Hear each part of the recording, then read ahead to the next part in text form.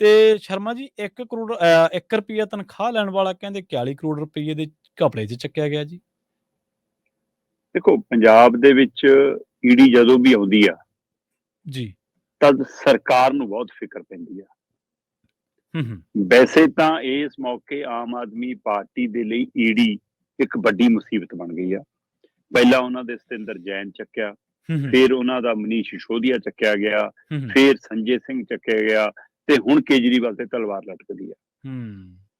ਤੇ ਉਧਰ ਕੇਜਰੀਵਾਲ ਆਪਣੀ ਥਾਂ ਤੇ ਬਦਲਵਾਂ ਮੁੱਖ ਮੰਤਰੀ ਲੱਭ ਰਹੇ ਨੇ। ਅੱਛਾ। ਤੇ ਪਾਰਟੀ ਦੇ ਲੀਡਰ ਜਿਨ੍ਹਾਂ ਨੂੰ ਇਹ ਲੱਗਦਾ ਕਿ ਸਾਡੀ ਤਾਂ ਵਾਰੀ ਨਹੀਂ ਆਉਣੀ, ਅਸੀਂ ਨਹੀਂ ਬਣਨਾ, ਉਹ ਹਵਾ ਛਕਾਉਣ ਤੇ ਲੱਗੇ ਨੇ ਕਿ ਨਹੀਂ ਜਨਾਬ, ਚਾਹੇ ਜੇਲ੍ਹ 'ਚ ਰਹੋ, ਤੁਸੀਂ ਹੋ ਰਹੋ ਮੁੱਖ ਮੰਤਰੀ ਜੀ।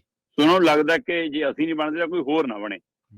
ਸੋ ਇਸ ਲਈ ਇਸ ਹਵਾਲੇ ਨਾਲ ਵੀ, ਕਿਉਂਕਿ ਲੰਘੇ ਕੱਲ ਹੀ ਪਤਾ ਲੱਗਿਆ ਕਿ ਬਕਾਇਦਾ ਮੀਟਿੰਗ ਕਰਕੇ ਸਲਾਹ ਮਸ਼ਵਰਾ ਲਿਆ ਜਾਂ ਪੁੱਛਿਆ ਕਿ ਤੁਸੀਂ ਕੀ ਚਾਹੁੰਦੇ ਹੋ ਕੇਜਰੀਵਾਲ ਨੇ। ਪਰ ਇਹ ਸਭ ਦੇ ਦਰਮਿਆਨ ਪੰਜਾਬ ਦੀ ਖਬਰ ਕਾਫੀ ਚਰਚਾ 'ਚ ਆ ਗਈ ਜਦੋਂ ਈਡੀ ਪੰਜਾਬ ਆਈ।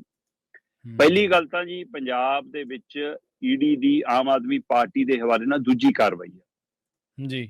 ਇਸ ਦੂਜੀ ਕਾਰਵਾਈ ਦੇ ਦੌਰਾਨ ਈਡੀ ਦਾ ਮਾਮਲਾ ਵੱਖਰਾ ਹੈ। ਪਹਿਲਾ ਛਾਪਾ ਪੰਜਾਬ 'ਚ ਆਮ ਆਦਮੀ ਪਾਰਟੀ ਦੇ ਸਭ ਤੋਂ ਅਮੀਰ ਐਮਐਲਏ ਕੁਲਵੰਤ ਸਿੰਘ ਤੇ ਮੋਹਾਲੀ 'ਚ ਪਿਆ ਸੀ।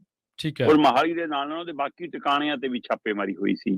ਤੇ ਉਹ ਮਾਮਲਾ ਕਿਤੇ ਨਾ ਕਿਤੇ ਸ਼ਰਾਬ ਕਾਰੋਬਾਰ ਨਾਲ, ਦਿੱਲੀ ਦੀ ਐਕਸਾਈਜ਼ ਪਾਲਿਸੀ ਨਾਲ ਜੁੜਦਾ ਲੱਗ ਰਿਹਾ ਸੀ, ਉਹਦੇ ਨਾਲ ਸੰਬੰਧ ਰੱਖਦਾ ਲੱਗ ਰਿਹਾ ਸੀ।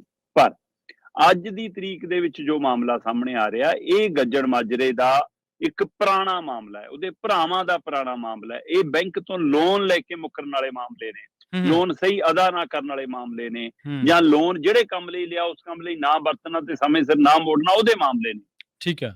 ਪਰ ਗੱਜਣ ਸਿੰਘ ਹੋਰੀ ਤਾਂ ਉਹ ਐਮਐਲਏ ਨੇ ਜਿਨ੍ਹਾਂ ਨੇ ਸਰਕਾਰ ਬਣਦਿਆਂ ਹੀ ਕਹਿਤਾ ਸੀ ਕਿ 1 ਰੁਪਈਆ ਤਨਖਾਹ ਲਿਆ ਕਰੂੰਗਾ, ਆਹ ਚੱਕੋ ਮੇਰਾ ਐਫੀਡੈਵਿਟ, ਆਹ ਚੱਕੋ ਮੇਰਾ ਸੁਨੇਹਾ। ਤੇ ਉਹ 1 ਰੁਪਈਆ ਤਨਖਾਹ ਲੈਣ ਵਾਲਾ 41 ਕਰੋੜ ਦੇ ਘਪਲੇ 'ਚ ਪੁਲਿਸ ਚੱਕ ਲਵੇ ਤਾਂ ਸਵਾਲ ਤਾਂ ਹੋਣਗੇ ਫਿਰ। ਹਾਂਜੀ। ਬੇਸ਼ੱਕ ਗੱਜਣ ਮਾਜਰਾ ਕਹਿੰਦਾ ਕਿ ਮੇਰਾ ਇਹਦੇ ਨਾਲ ਕੋਈ ਸੰਬੰਧ ਨਹੀਂ ਜੀ, ਇਸ ਕੰਪਨੀ ਨਾਲ, ਹੁਣ ਮੈਂ ਇਹਨਾਂ ਤੋਂ ਬਾਹਰ ਆਇਆ ਜੀ, ਇਹਨਾਂ ਨਾਲ ਮੇਰਾ ਕੋਈ ਲੈਣ ਦੇਣ ਨਹੀਂ। ਪਰ ਉਹ ਕੰਪਨੀਆਂ ਇੰਨੀਆਂ, ਫਰਮਾਂ ਇੰਨੀਆਂ, ਘਪਲਾ ਇੰਨਾ, ਕਰੋੜਾਂ ਰੁਪਏ ਦਾ ਲੈਣ ਦੇਣ ਇੰਨਾ ਕਿ ਉਹ 'ਚ ਗੱਜਣ ਮਾਜਰੇ ਦਾ ਨਿਕਲਣਾ ਮੁਸ਼ਕਲ ਹੈ। ਓ ਅੱਛਾ। ਇਹ ਹੁਣ ਅਦਾਲਤ ਜਾ ਕੇ ਦੱਸੂਗਾ ਕਿ ਮੈਂ ਚੋਂ ਹਿੱਸਾ ਲਿਆ ਨਹੀਂ ਲਿਆ, ਮੈਂ ਚੋਂ ਪੈਸਾ ਕਢਾਉਣਾ ਹੈ ਨਹੀਂ ਕਢਾਉਣਾ।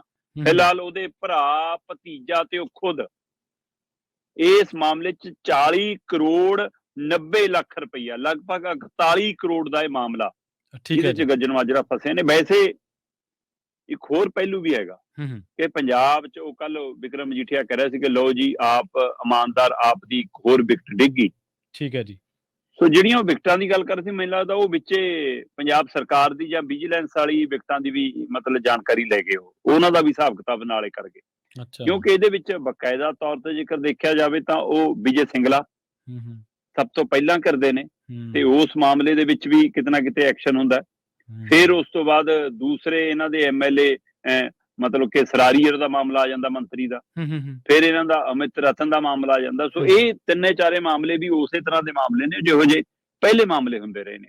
ਇਹ ਵੀ ਮਾਮਲੇ ਕਿਤੇ ਨਾ ਕਿਤੇ ਪੈਸੇ ਦਾ ਲੈਣ ਦੇਣ, ਕਮਿਸ਼ਨ ਦਾ ਲੈਣ ਦੇਣ, ਰਿਸ਼ਵਤਖੋਰੀ, ਇਹ ਉਹ ਸਾਰੇ ਮਾਮਲੇ। ਪਰ ਇਹਨਾਂ ਤੇ ਸਰਕਾਰ ਨੇ ਉਵੇਂ ਕਾਰਵਾਈ ਨਹੀਂ ਕੀਤੀ ਜਿਵੇਂ ਸਰਕਾਰ ਕਹਿੰਦੀ ਆ ਅਸੀਂ ਇਮਾਨਦਾਰੀ ਦੇ ਹੱਕ 'ਚ ਖੜੇ ਆ। ਉਵੇਂ ਐਕਸ਼ਨ ਨਹੀਂ ਕੋਈ ਦਿਖਿਆ, ਨਾ ਕਿਸੇ ਤੋਂ ਐਮਐਲਏਸ਼ਿਪ ਵਾਪਸ ਲਈ ਆ। ਮੰਤਰੀ ਉਹਦੇ ਲੈ ਲਏ, ਉਹ ਤਾਂ ਚਲੋ ਠੀਕ ਹੈ, ਇੱਕ ਕਰਨਾ ਸੀਗਾ, ਪਰ ਐਮਐਲਏਸ਼ਿਪ ਤਾਂ ਵਾਪਸ ਨਹੀਂ ਲਈ, ਔਰ ਮੰਤਰੀ ਵੀ ਕਿਵੇਂ ਹਟਾਏ ਨੇ ਸਭ ਨੂੰ ਪਤਾ। ਪਰ ਹੁਣ ਜਦੋਂ ਮਨੀ ਲਾਂਡਰਿੰਗ ਦੇ ਮਾਮਲੇ 'ਚ ਪਹਿਲਾਂ ਕੁਲਵੰਤ ਤੇ ਛਾਪਾ ਪੈਂਦਾ ਤੇ ਉਸ ਤੋਂ ਬਾਅਦ ਹੁਣ ਇਸ ਕੱਪੜਿਆਂ ਦੇ ਮਾਮਲੇ ਦੇ ਵਿੱਚ ਇਹਨਾਂ ਪਰ ਛਾਪਾ ਪੈਂਦਾ, ਤਾਂ ਉਸ ਮਾਮਲੇ ਦੇ ਵਿੱਚ ਕੋਈ ਉਹ ਨਹੀਂਗਾ ਕਿ ਹਾਂ ਇਹ ਕਿਤੇ ਏਦਾਂ ਬਖਸ਼ਿਆ ਜਾਣਗੇ। ਪਰ ਤੁਸੀਂ ਇੱਕ ਕਮਾਲ ਦੇਖੋ ਕਿ ਜਦੋਂ ਵੀ ਵਿਜੀਲੈਂਸ ਕਾਂਗਰਸੀਆਂ ਤੇ ਜਾਂ ਅਕਾਲੀਆਂ ਤੇ ਕੋਈ ਕਾਰਵਾਈ ਕਰਦੀ ਆ, ਹਾਂਜੀ, ਔਰ ਉਹ ਕਾਰਵਾਈ ਦੇ ਵਿੱਚ ਪੰਜਾਬ ਦੇ ਲੋਕ ਵੀ ਸੋਚਦੇ ਆ ਕਿ ਇਹਨਾਂ ਤੋਂ ਪੁੱਛਗਿੱਛ ਹੋਣੀ ਚਾਹੀਦੀ ਆ, ਅਕਾਲੀ ਕਾਂਗਰਸੀਆਂ ਤੋਂ ਹਿਸਾਬ ਲਿਆ ਜਾਣਾ ਚਾਹੀਦਾ, ਤਾਂ ਵੀ ਉਹਨਾਂ ਦੇ ਨਾਲ ਉਹਨਾਂ ਦੇ ਚਹੇਤੇ, ਵਰਕਰ, ਭਾਈ ਭਤੀਜੇ ਇਕੱਠੇ ਹੋ ਜਾਂਦੇ। ਪਰ ਜਦੋਂ ਈਡੀ ਆਉਂਦੀ ਆ ਕਾਰਵਾਈ ਕਰਨ ਪੰਜਾਬ 'ਚ, ਔਰ ਆਪ ਸਰਕਾਰ ਦੇ ਨੁਮਾਇੰਦਿਆਂ ਤੇ ਕਾਰਵਾਈ ਕਰਨ ਆਉਂਦੀ ਆ, ਤਾਂ ਆਪ ਦੇ ਵਰਕਰ ਇਕੱਠੇ ਨਹੀਂ ਹੁੰਦੇ ਜੀ, ਆਪ ਦੇ ਲੀਡਰ ਜਾਂਦੇ ਨੀ ਗੇ। ਅੱਛਾ, ਕੁਝ ਦੇਰ ਪਹਿਲਾਂ ਚਰਚਾ ਰਹੀ ਕਿ ਕਾਂਗਰਸ ਤਾਂ ਸਰਗਰਮ ਹੋਈ ਜਾਂਦੀ ਆ, ਮਨਪ੍ਰੀਤ ਬਾਦਲ ਚੁੱਪ ਨੇ। ਫਿਰ ਮਨਪ੍ਰੀਤ ਬਾਦਲ ਚਲੇ ਗਏ ਬੀਜੇਪੀ 'ਚ, ਤੇ ਤਾਂ ਵੀ ਠੰਡੇ ਬਸਤੇ 'ਚ ਰਹੇ ਮਨਪ੍ਰੀਤ ਬਾਦਲ। ਕਹਿੰਦੇ ਜੀ ਮਨਪ੍ਰੀਤ ਬਾਦਲ ਇਸ ਲਈ ਚੁੱਪ ਰਹਿੰਦੇ ਨੇ ਕਿ ਜੀ ਕਹਿੰਦੇ ਜੀ, ਉਹ ਕਹਿੰਦੇ ਨੇ ਕਿ ਮੈਂ ਕਿਤੇ ਚੇਤੇ ਨਾ ਆ ਜਾਵਾਂ ਏਜੰਸੀਆਂ ਨੂੰ, ਮੈਂ ਕਿਤੇ ਦਿਖ ਨਾ ਜਾਵਾਂ। ਉਸੇ ਤਰ੍ਹਾਂ ਅੱਜ ਕੱਲ੍ਹ ਚਰਚਾ ਹੈ ਕਿ ਜਦੋਂ ਈਡੀ ਪੰਜਾਬ ਆ ਜਾਂਦੀ ਹੈ ਤਾਂ ਆਮ ਆਦਮੀ ਪਾਰਟੀ ਦੇ ਲੀਡਰਾਂ ਨੂੰ ਫਿਕਰ ਪੈ ਜਾਂਦਾ ਕਿਤੇ ਅਸੀਂ ਨਾ ਦਿਖ ਜਾਈਏ, ਅਸੀਂ ਨਾ ਯਾਦ ਆ ਜਾਈਏ, ਸਾਡਾ ਚਿਹਰਾ ਨਾ ਦਿਖ ਜਾਵੇ। ਇਸ ਲਈ ਕਹਿੰਦੇ ਕਿ ਈਡੀ ਦੇ ਮਾਮਲੇ 'ਚ ਆਮ ਆਦਮੀ ਪਾਰਟੀ ਦੇ ਖਾਸ ਕਰ ਲੀਡਰ ਪਿੱਛੇ ਰਹਿਣ ਦੇ ਇਸ ਲਈ ਆਦੀ ਨੇ ਕਿ ਉਹਨਾਂ ਨੂੰ ਲੱਗਦਾ ਕਿ ਅਗਲਾ ਨੰਬਰ ਸਾਡਾ ਵੀ ਆਉਣਾ, ਕਿਉਂਕਿ ਬੇਸ਼ੱਕ ਗੱਜਣ ਮਾਜਰੇ ਦਾ ਮਾਮਲਾ ਬੈਂਕ ਨਾਲ ਸੰਬੰਧਿਤ ਆ, ਪਰ ਦਿੱਲੀ ਐਕਸਾਈਜ਼ ਵਾਲਾ ਸੇਕ ਪੰਜਾਬ ਪਹੁੰਚਣਾ ਸ਼ੁਰੂ ਹੋ ਗਿਆ ਤੇ ਉਹਦੇ ਵਿੱਚ ਕਈਆਂ ਨੇ ਘਿਰਨਾ ਜੇ। ਸੋ ਇਸ ਲਈ ਈਡੀ ਦੇ ਨਾਂ ਤੋਂ ਆਪ ਨੂੰ ਖਾਸਾ ਡਰ ਲੱਗ ਰਿਹਾ।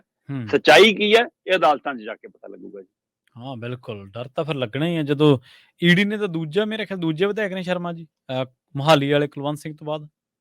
ਬਿਲਕੁਲ ਆਮ ਆਦਮੀ ਪਾਰਟੀ ਦੇ ਹਵਾਲੇ ਨਾਲ ਦੂਜੇ ਨੇ, ਤੇ ਉੱਥੇ ਦਿੱਲੀ ਦੇ ਹਿਸਾਬ ਨਾਲ ਦੇਖੀਏ ਤਾਂ ਸਿਸੋਦੀਆ ਤੇ ਸੰਜੇ ਸਿੰਘ ਤੇ ਇੱਕ ਦੋ ਹੋਰ ਨੇ ਇਹਨਾਂ ਦੇ, ਤੇ ਉਦੋਂ ਬਾਅਦ ਸੁਪਰੀਮੋ ਨੂੰ ਸੱਦਿਆ ਹੋਇਆ। ਈਡੀ ਨੇ ਤਾਂ ਖਾਸਾ ਘੇਰਾ ਪਾਇਆ ਹੋਇਆ ਆਮ ਆਦਮੀ ਪਾਰਟੀ। ਬਿਲਕੁਲ ਜੀ।